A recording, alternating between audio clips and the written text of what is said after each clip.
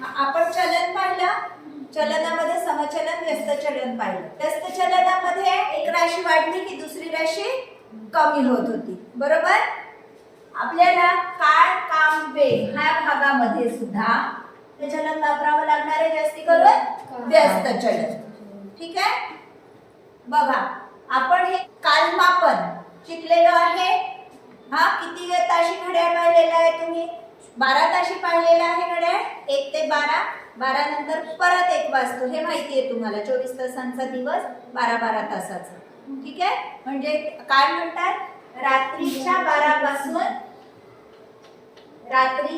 पासून ते दुपारच्या 12 पर्यंत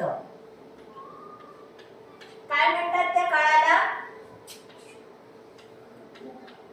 माध्यान्ह पूर्व. माध्यान्ह म्हणतात दुपारच्या 12ला. ठीक आहे. त्याच्या आधीचे 12 तास कोणते झाले? माध्यान्ह पूर्व. त्यालाच म्हणतात म पू. ठीक आहे. ठीक आहे. आणि दुपारच्या 12 पासून रात्रीच्या 12 नंतर पर्यंतच्या काळाला काय म्हणतात? माध्यान्ह उत्तर. काय म्हणतात? माध्यान्ह उत्तर. माध्यान्ह उत्तर किंवा माध्यान्होत्तर. ठीक आहे. या गोष्टी लक्षात ठेवायच्या आहेत. माध्यान्होत्तर म्हटलेलं आहे की माध्यान्ह पूर्व म्हटलेलं आहे.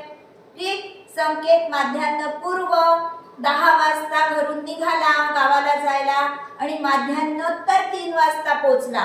म्हणजे तुम्ही कशाचा विचार करणार? माध्यान्ह पूर्व म्हणजे सकाळच्या 10 ते पोहोचला केव्हा? दुपारच्या 3 वाजता. ठीक आहे. तुम्ही इंग्लिश मध्ये AM PM म्हणता. ह्याला काय म्हणता? माध्यान्ह पूर्वला AM आणि याला काय म्हणतात? माध्यान्ह उत्तरला PM. ठीक आहे. आता काही घड्याळ अशी सुद्धा असतात. का वाजता निघाला? 16 वाजता निघाला म्हणजे किती वाजता निघाला सांगा बरं? 4 वाजता.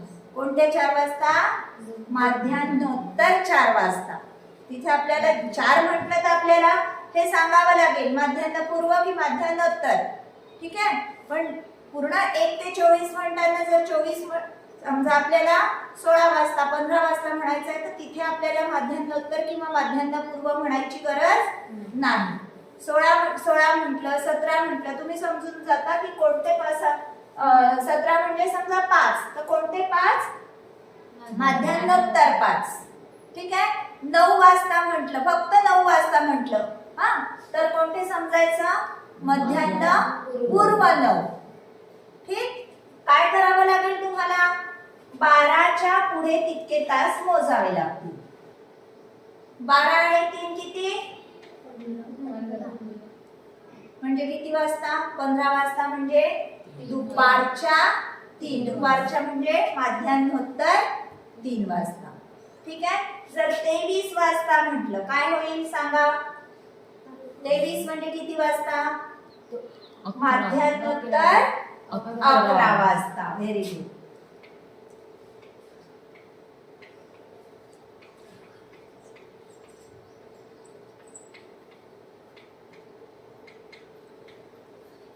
ठीक आहे. आलं लक्षात? आता समजा मला म्हणायचं आहे संध्याकाळचे 6 माध्यान्होत्तर 6 तर सांगा आता मला 24 ताशी घड्याळात कसं सांगता येईल? 24 ताशी 6 वाजता माध्यान्होत्तर 6. काय करायचं आपल्याला? 12 मध्ये 6 मिळवायचे आणि किती झाले? 18 वाजता. समजला? अशा प्रकारे हे लक्षात ठेवायचे आहे कालमापन सांगण्याच्या पद्धती, वेळा सांगण्याच्या. ठीक आहे. आता आपल्याला ह्याच्यावर अशी उदाहरणे येतात की इतक्या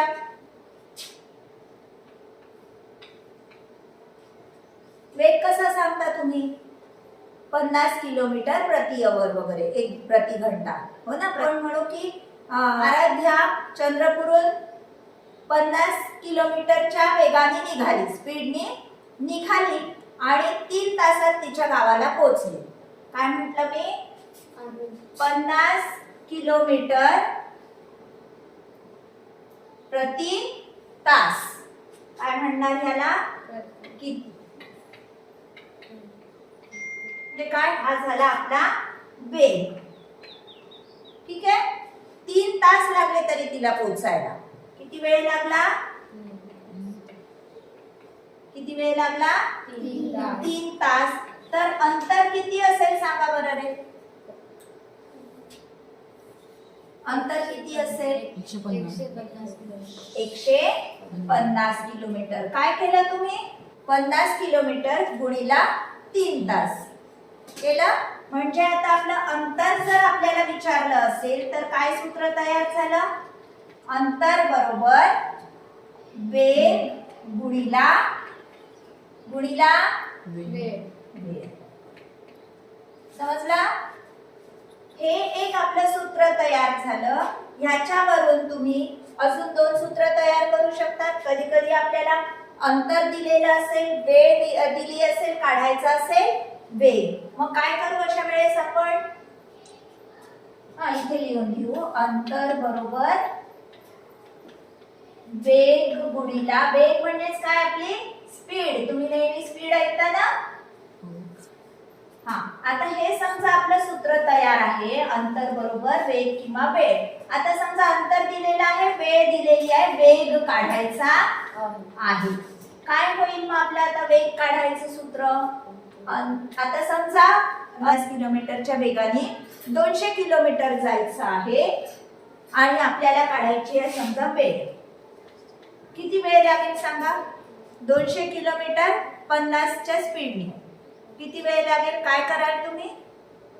200 भागीला 50 कराल.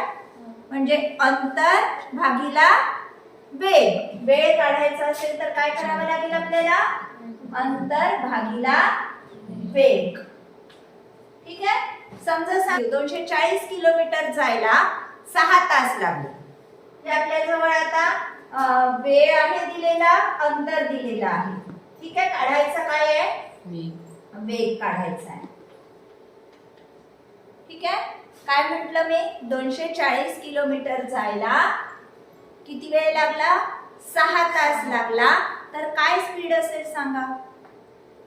किती स्पीडने गेली असतील? काय केलं करावं लागेल? 240 भागीला किती तास? 6. समजला? काय केलं आपण? अंतर भागीला वेग. वेग काढायचं सूत्र काय तयार झालं? अंतर भागीला वेग. बघा, ही 3 सूत्र आपण तयार केली आहे एका सूत्रावरून. ठीक आहे. आलं लक्षात? अशा प्रकारची उदाहरणं आपल्याला याच्यामध्ये येणार आहे. व्हिडिओ आवडल्यास नक्की लाईक, शेअर आणि कमेंट करा. आणि हो, सबस्क्राईब केलं नसेल तर अवश्य सबस्क्राईब करा, म्हणजे मी नवीन अपलोड केलेल्या व्हिडिओजचे तुम्हाला नोटिफिकेशन्स मिळतील. धन्यवाद.